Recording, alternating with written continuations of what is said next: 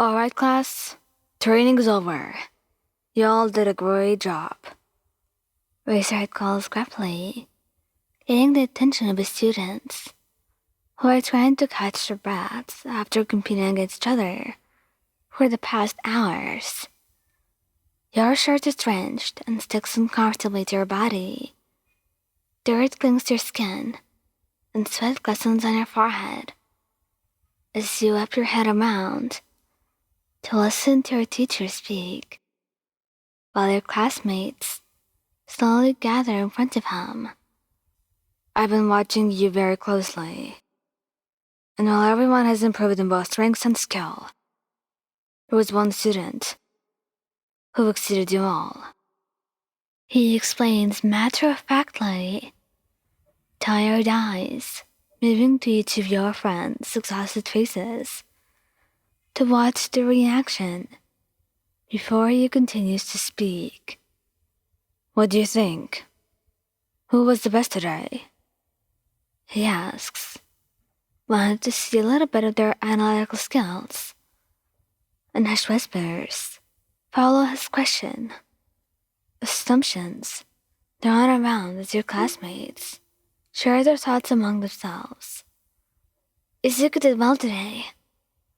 Lachakami is beside you, one finger pensively tapping against her chin, and your friend's not in agreement.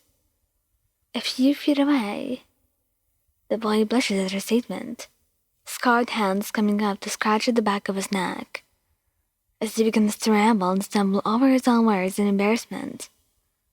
While that odd habit of his was rather strange, at the beginning of the school year, it was kind of endearing, and quickly enough, you and your classmates have quickly grown accustomed to his nervous manners and learned to pay attention to your teacher without getting distracted.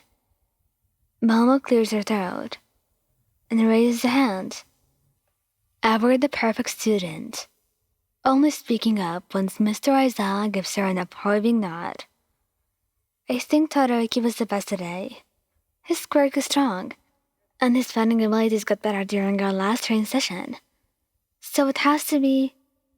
And just as she was about to continue, there had to be that one classmate who was a little difficult to deal with. You all knew who that was. Shut up! A familiar voice growls behind you.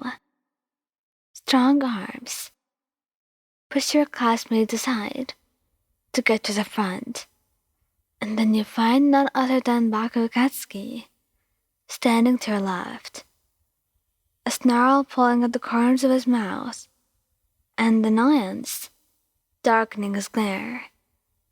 There's a small cut in his cheek, a minor injury he got during the lesson, and you fight the urge to sweep your thumb over his skin and wipe some of his dried blood.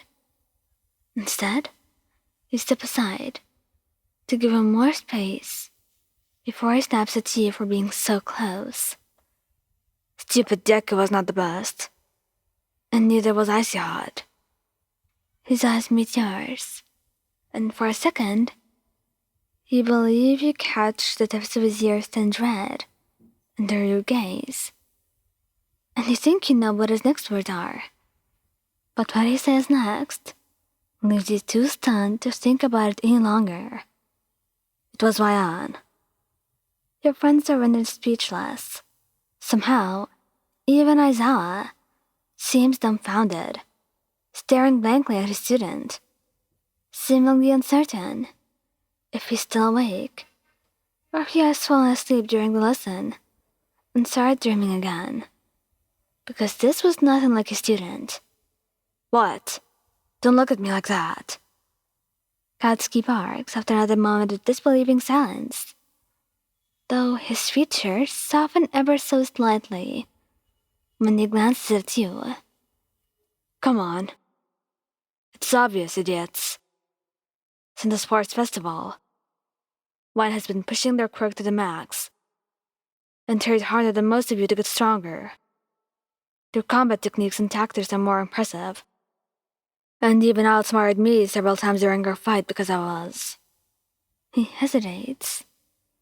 You can see the conflict behind his eyes, the reluctance to admit his mistakes, and possibly deem himself weak in front of the entire class.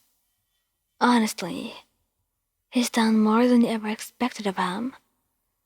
So it's only fair if you help him out of this uncomfortable situation.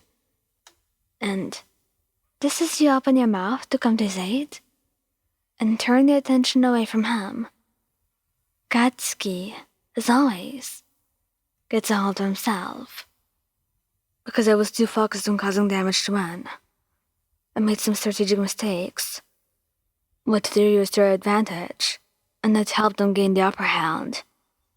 Katsuki finishes and looks away, making sure that no one can detect the blush that creeps up his neck and flushes his cheeks.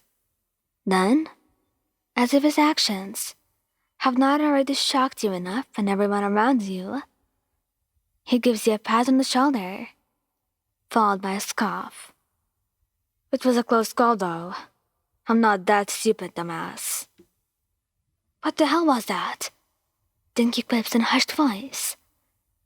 He snickers quietly and yelps when Jiro jabs her elbow between his ribs.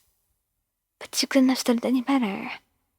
It's unbelievable and downright absurd to hear Bakugou praise someone else instead of talking about himself and claiming that he's the best. Yet, it happened. And now that it did, you have no idea how to react. Right.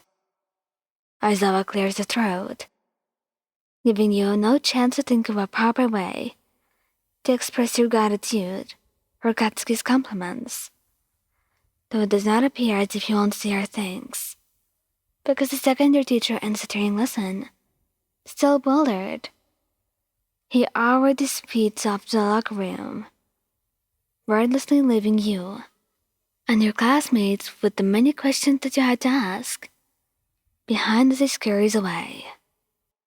Thank you guys for listening. Don't forget to like, subscribe, and comment. I hope you enjoyed listening to this as much as I did making it. Anyway, goodbye.